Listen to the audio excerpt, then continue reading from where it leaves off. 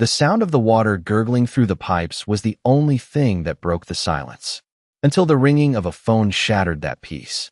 "You better turn that water back on, or I'm calling the cops," came the voice on the other end, sharp and demanding. "Go ahead," I replied, leaning back in my chair and letting the silence settle again. What Karen didn't know was that she had just made the biggest mistake of her life. My name's John Walker. I've spent the last 15 years building my ranch from the ground up. It's my pride and joy, hundreds of acres in the heart of Texas. I'm no stranger to hard work, and I'm no stranger to people who think they can walk all over others. But I didn't expect it to come from my HOA president, Karen Foster. She's the type of person who loves rules, loves control, and she loves to make life miserable for anyone who doesn't fall in line. I've dealt with her for months now, from ridiculous fines to unannounced inspections. But this time, she went too far. You see, I've always prided myself on being self-sufficient. The ranch runs on water from a well I've maintained for years. It's private property, my property. I pay for every drop of water that flows through the pipes. But Karen thought she had the right to tell me how I should manage it. A few weeks ago, she sent a letter demanding I cut back my water usage, saying I was violating HOA guidelines. I ignored it, thinking it was just another one of her petty complaints. But that was the first warning. This time, I wasn't going to let her get away with it. I'd been having issues with water flow in certain areas of the ranch, leaks I couldn't afford to fix just yet. So, I made a decision. I shut off the water to that part of the property. No big deal, right? I'm the owner. I'm in control. But Karen didn't see it that way. The next morning, I heard a knock on my door. I opened it to find Karen, standing there with a smug look on her face. "You've cut off the water supply. You need to turn it back on, or there will be consequences," she said. I didn't have time for her games, so I told her I'd deal with it when I was ready. But she wasn't having it. She walked off my porch and whipped out her phone. I knew what was coming next. "I'm calling 911, she said. "You're stealing water from the community." I watched her dial the number, all while a smug grin spread across her face. This was it. The moment she crossed the line. Karen had no idea who she was dealing with. I've spent years making this land my own, and I wasn't about to let anyone take that away. I watched as she spoke to the 911 operator, throwing out accusations and lies. This man is dangerous. He's blocking the water supply. He's causing a threat to the community. I could hear the operator's voice on the other end, asking the usual questions. "What's your emergency? What's happening?" Karen, of course, exaggerated everything, painting me as a criminal for doing what any property owner has the right to do, manage my resources. I didn't flinch. I knew this wasn't going to go the way she thought it would. The authorities would show up, and Karen would get a big surprise. As I stood there, I couldn't help but smirk. This wasn't just about water. It was about power. And Karen had just found out that she didn't have it over me. The sound of my boots crunching on the gravel driveway was the only thing that kept me grounded as I waited. The sun was beginning to set, casting an orange glow across the ranch, but my thoughts were far from peaceful. I knew Karen had called 911, and I could already hear the sirens getting closer. It wasn't the first time someone had tried to push me around, but it was certainly the first time a neighbor from the HOA had gone this far. I stood there, calm, ready for what was coming. As the first patrol car pulled into the driveway, I watched as the officer stepped out. Officer Jenkins was his name, a young guy, maybe in his 30s, looking a little too eager to make his mark. He scanned the scene quickly, probably thinking I was some kind of troublemaker. "What's going on here?" he asked, his tone neutral but wary. "Well, officer, as you can see, this is my property," I said, motioning to the ranch around me. "I'm just here to manage the land like I've been doing for years." But apparently, my neighbor didn't get the memo. Jenkins nodded slowly, taking in my words. But before he could say anything, Karen appeared at the edge of the driveway, her hands on her hips and a look of self-righteous fury on her face. "He's stealing from the community," she practically yelled. "He's been blocking the water supply, and we need to make sure he doesn't get away with it." I turned to face her, keeping my tone steady. "Karen, I'm managing my water, as I have every right to do. You're welcome to check the local ordinances if you'd like. There's nothing illegal happening here." Karen was not having it. She stepped closer, practically wagging her finger at me. "You've been nothing but a troublemaker since you moved in. This land isn't just yours. You're ruining the neighborhood." I could feel the tension building, but I didn't flinch. I had the law on my side, and I wasn't about to let her walk all over me.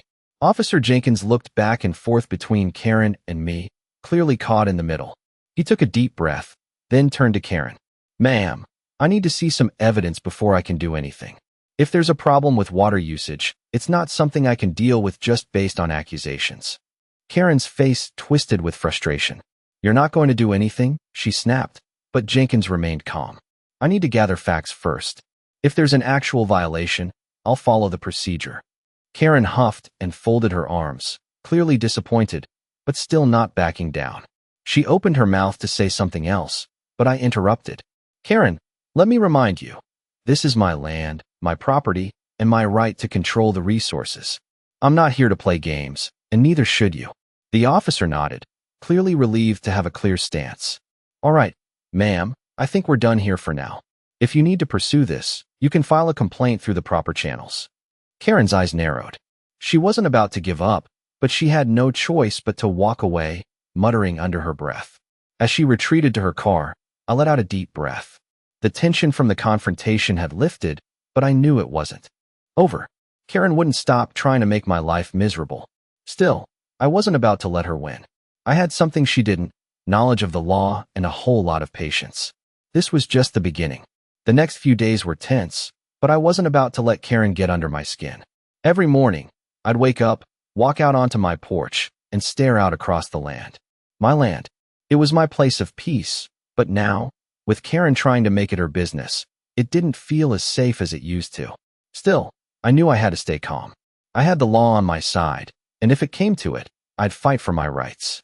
Karen's next move came like clockwork. Just 3 days after the incident with the cops, I received another letter from the HOA. It was an official notice, claiming that my water usage was in violation of the neighborhood guidelines. The letter threatened a fine if I didn't comply immediately. I read it through twice, then set it aside. I wasn't surprised. Karen was doing what she always did, using her position to intimidate and control people. But I wasn't going to let her control me. I went straight to the local courthouse to dig into the zoning laws and water rights.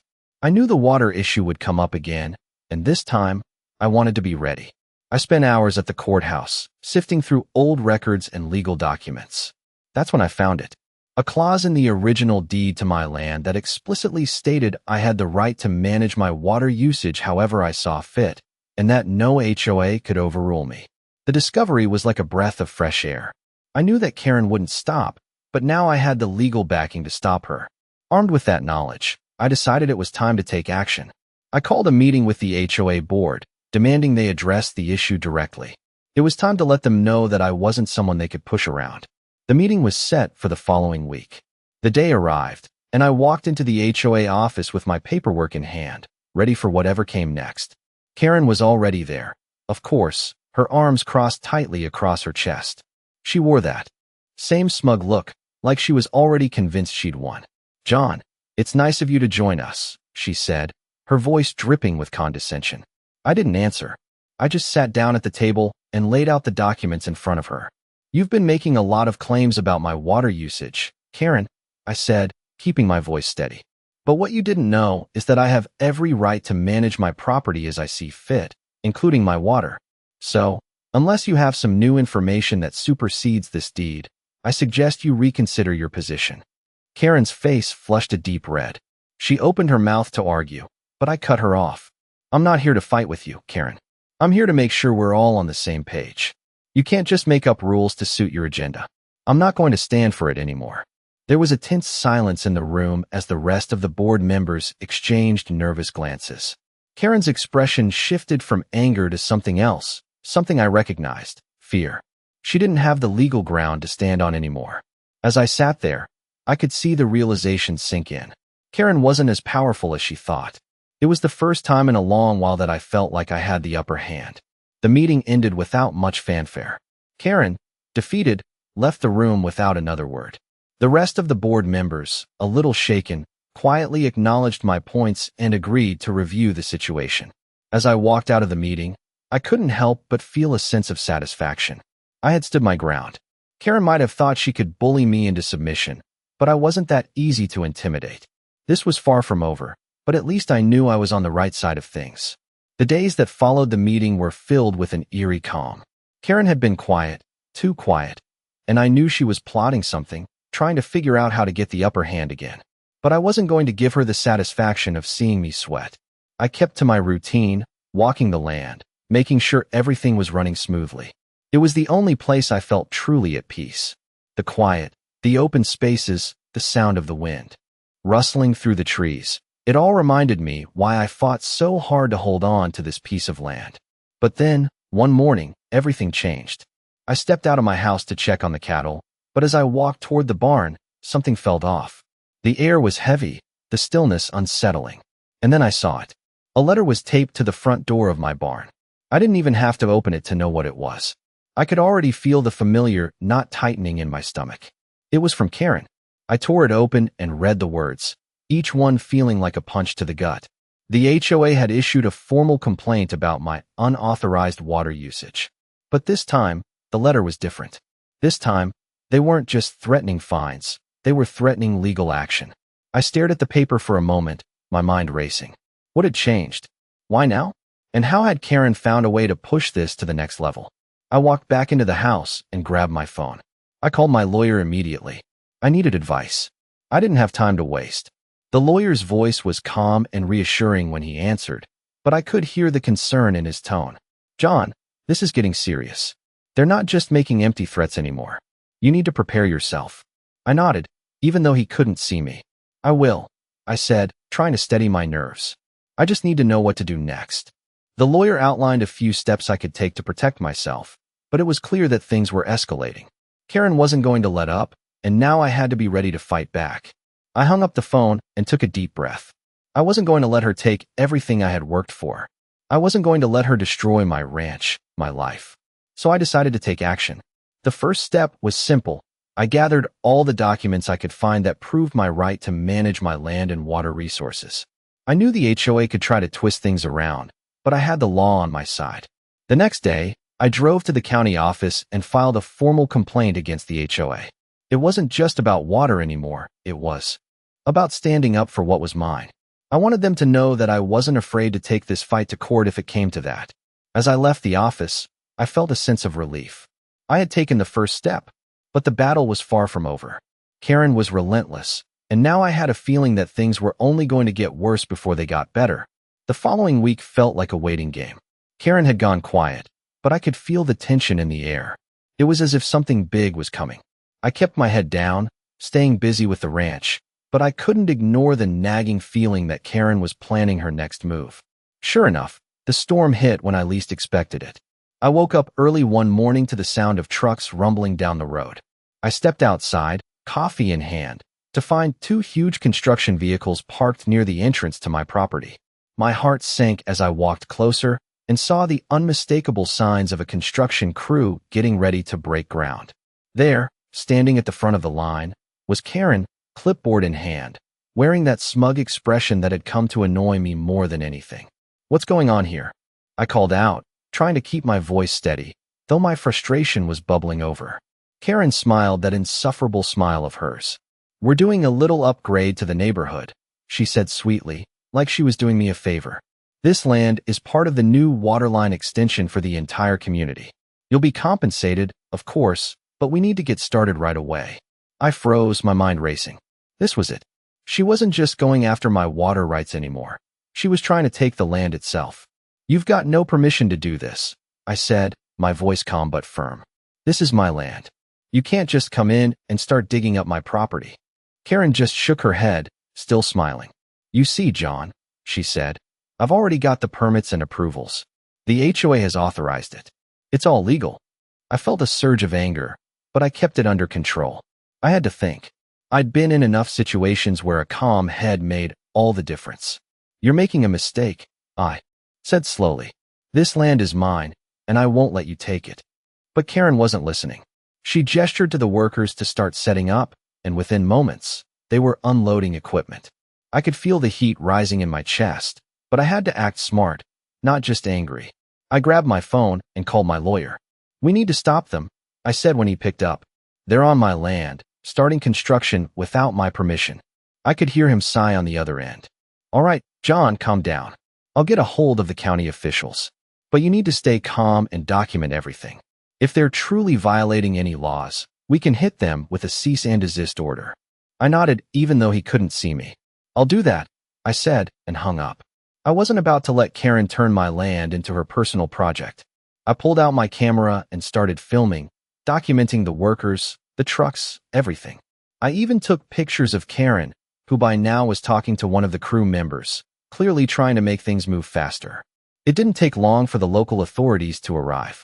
By the time the first officer stepped onto the scene, Karen was already trying to explain away what was happening.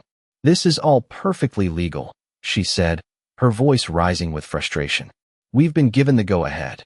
The officer turned to her, clearly skeptical. "Ma'am," he said, looking at the documents she was holding, "I don't see anything that says you have permission to do this on this particular land. This doesn't match up with the property records I have." Karen's expression faltered for just a second before she quickly regained her composure. "That's impossible," she snapped. "I've seen the permits." But the officer wasn't having it. He turned to me and asked, "Do you have any legal claim to this land, sir?" I nodded. "Yes, I own it. This land has been in my family for generations. You can check the deed." The officer took down the details, and within minutes, the crew was packing up. Karen was livid, but there was nothing she could do. The officer's words were clear. "Until we can verify everything, no work can be done here. You're trespassing." As the workers drove off, I couldn't help but feel a wave of relief wash over me. But I knew this wasn't the end. Karen would come back with something else. I just had to be ready for whatever came next. The following days were quiet, almost too quiet. The construction crew was gone, and Karen hadn't been seen around the property. It felt like the calm before the storm. I kept to my usual routine, working the ranch, tending to the cattle, and fixing up the barn, but I couldn't shake the feeling that Karen was still scheming. I wasn't the type to sit back and wait, though. I knew she would try something again, but this time, I was prepared. Late one afternoon, just as the sun was dipping behind the horizon, I received a call. It was my lawyer. "John, we need to talk. The HOA has filed a lawsuit." I felt my stomach drop. "What?" I asked, already knowing the answer. "They're coming after you in court. They're claiming you're obstructing community development and refusing to comply with their water usage regulations." I rubbed my face, trying to keep my calm. "What are they trying to do? Take me to court over this?" "Exactly," my lawyer replied. "They've got their eyes set on your property, John. They're claiming your refusal to cooperate with their rules is affecting the community, and they want you to pay up." I clenched my fists. This was it, the fight I had been expecting. I wasn't going to let her take my land without a fight. "All right," I said, taking a deep breath. "What do we do next?" "First, we need to gather everything we can," my lawyer explained. "You've got rights to this land, and we need to make sure we have every legal document in place to protect you. We'll need to hit them hard, and we'll need to move fast." The next few days were a blur. I dug through every document I had on the land. Deeds, permits, water rights, everything. I made copies of the legal records and contacted every local official I knew to get support. I was ready for battle, and this time, Karen was going to see how far I was willing to go to protect what was mine. As the court date drew nearer, I couldn't help but think back to the years I'd spent building this ranch. The sweat, the long hours, the endless work, it had all led to this moment. I wasn't about to let someone like Karen ruin everything I had worked for. The day of the court hearing arrived. I dressed in my best suit, though it felt strange to be wearing it on my land. As I walked into the courthouse, I couldn't help but feel a wave of determination wash over me. I wasn't just fighting for my property anymore. I was fighting for my family's legacy. When the case was called, Karen was sitting at the other end of the courtroom, her lawyer beside her. She shot me a look, that same smug expression plastered on her face. But this time, I wasn't intimidated. The judge listened to both sides, and Karen's lawyer made his case, arguing that I was refusing to comply with community rules and was jeopardizing the neighborhood's future. But when it was my turn, I laid out everything. I presented the documents, the permits, and the legal evidence that proved I was in the right. I could see the judge's expression change as I spoke, as if he was starting to understand what was really going on. The tension in the courtroom was palpable, and when the judge finally spoke, I held my breath. "The court finds in favor of the defendant," the judge said, his voice firm. "The HOA has no legal grounds to force Mr. Walker to comply with their demands. This case is dismissed." A wave of relief flooded through me, and I couldn't help but smile. I had won. Karen's smug expression faltered, and I could see the anger building in her eyes. But I wasn't done yet. I walked out of the courtroom with my head held high. This battle was over, but I knew Karen wouldn't give up that easily. She'd try again, but the next time she did, I'd be ready. The victory in court was sweet, but it didn't last long.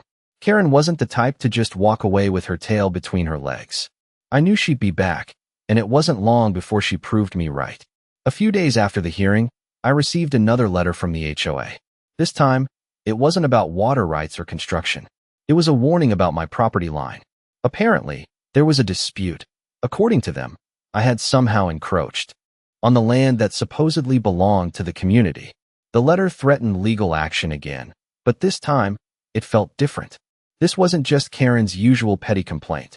She had managed to get some of the other neighbors involved. I could feel the pressure building again, but I wasn't going to let her win. This was my land, my family's legacy, and I wasn't about to let anyone take it away. I called my lawyer again, but this time, I asked for something different. I need to know exactly what's going on with this property line, I told him. I want an independent survey done.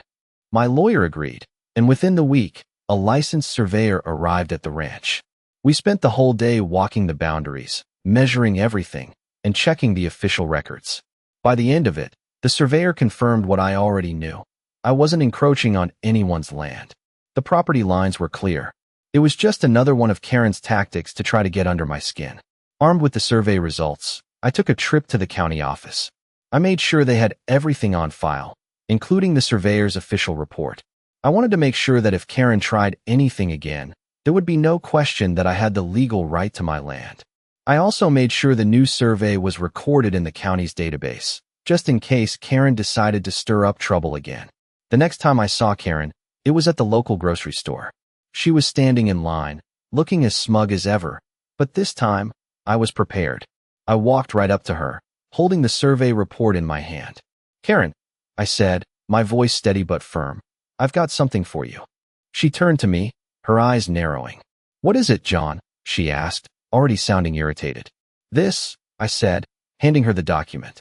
"The official survey of my property. I'm not encroaching on anything. This land is mine, and I've got the proof." Her face turned red as she looked down at the papers. "You can't just ignore the HOA's rules," she snapped. "You're making things difficult for everyone." I shrugged. "I'm not the one making things difficult, Karen. I'm just standing up for what's mine. You can try all you want, but I'm not backing down." She didn't say anything else. She just turned and walked away, her heels clicking on the linoleum floor. I knew she wasn't done, but for the first time, I felt like I had the upper hand. I wasn't afraid of her anymore. I had the law on my side, and I was ready to fight back, no matter what it took. The weeks that followed were calm, but I could feel the storm building once again. Karen had been quiet, but I knew she wouldn't stay silent for long. She was relentless, always scheming and trying to find ways to take control of the situation. It was only a matter of time before she made her next move. I wasn't about to sit back and wait for her to strike. I had learned a lot over the past few months, and now, I was more prepared than ever to defend my property. One afternoon, just as I was finishing up some repairs on the barn, I noticed a few unfamiliar cars parked near the entrance of my land. I felt a twinge of suspicion as I walked toward them. As I got closer, I recognized the familiar faces of some of the neighbors who had been siding with Karen. They were standing near the edge of my property, talking to a man in a suit who I assumed was a lawyer. I took a deep breath and walked over to them. "What's going on here?" I asked, trying to keep my voice calm but firm. The lawyer looked up at me, his eyes narrowing as if he had been expecting me. "Mr. Walker," he said, extending his hand, "I'm here to discuss the ongoing issues with your land. The HOA has decided to take further action." I shook his hand, but I didn't like the way he said further action. "What kind of action?" I asked, already bracing myself for bad news. The lawyer pulled out a stack of papers and began to explain. "The HOA has filed an injunction to seize part of your land for a community project. The land in question is near your water supply, and they claim it is crucial for the development of the neighborhood." I felt my stomach drop. I couldn't believe it. After everything, Karen had convinced the HOA to try to take my land. "I've already told you before," I said, my voice rising. "This land is mine. You have no right to take it." The lawyer didn't seem fazed. The HOA disagrees, he said, his tone icy. They've already secured the necessary permits, and they plan to move forward with the project. I could feel the anger building, but I didn't let it control me. I knew I had to think this through. I'm not going to let you take what's mine, I said. I'll fight you in court if I have to. The lawyer smiled, but it wasn't a friendly smile. That's exactly what we want, Mr. Walker, he said, almost taunting me. We'll see you in court. I turned and walked away, my mind racing. The HOA had gone too far this time. They weren't just attacking my water rights or making threats about my property. They were trying to take what was rightfully mine. I wasn't going to let them win. I knew what I had to do. I went straight to my lawyer's office and laid out everything that had happened. He listened carefully, then looked at me with a calm expression. John, he said, we've been preparing for this. It's time to put everything we have into this fight. We're going to hit them hard. I nodded. Let's do it. I was ready. I wasn't going to let Karen or the HOA take anything from me. They had made a huge mistake, and now it was time to show them just how far I was willing to go to protect my land. The next few weeks were a whirlwind of legal paperwork, court filings, and long meetings with my lawyer. I was no stranger to hard work, but this was a different kind of battle, a battle for my land, my legacy, and everything I had built. The HOA wasn't backing down, and neither was I. The court date was set, and we prepared for war. On the day of the hearing, I walked into the courtroom with a sense of calm determination. I had all my documents, all my evidence, and everything I needed to prove I was in the right. I wasn't going to let Karen or the HOA take my land without a fight. As I sat down in the courtroom, I could see Karen at the other end, sitting with her lawyer. She shot me that familiar smug look, but this time, it didn't bother me. I was ready. The judge called the case, and both sides presented their arguments. Karen's lawyer spoke first, outlining the HOA's case, claiming that my property was part of the area designated for the community development project. They argued that the water supply on my land was crucial to the development of the neighborhood, and they accused me of obstructing progress. But when it was my turn to speak, I stood up and presented everything I had gathered, the legal documents, the surveyor's report, the property deeds, and the proof that I had every right to manage my land as I saw fit. I explained that the land in question was mine, passed down through generations, and there was no legal basis for the HOA to take it. I even called in expert witnesses, land surveyors, local officials, and even the county commissioner who had supported me from the beginning. As the hearing continued, I could see the doubt creeping into the judge's mind. Karen's lawyer stumbled over a few key points, and it became clear that they didn't have as strong a case as they had led me to believe. The tension in the courtroom was thick, but I stayed focused, keeping my composure. After hours of arguments and counterarguments, the judge finally spoke. After reviewing the evidence and hearing both sides, he began, I find in favor of the defendant. The HOA has no right to claim Mr. Walker's property, and the injunction is hereby denied. My heart raced as I heard those words. I had won. The judge's gavel struck, and I couldn't help but feel a wave of relief wash over me. Karen's face turned pale, and I could see the anger bubbling inside her, but there was nothing she could do. The court had spoken, and the law was on my side. As I left the courtroom, I could feel the weight lifting from my shoulders. The battle was over, and I had come out on top. But I knew Karen wouldn't give up so easily. She would keep trying to make my life difficult, but now, I had the confidence to stand firm. I wasn't just defending my land anymore. I was defending my right to live my life without fear of someone like Karen trying to take it all away.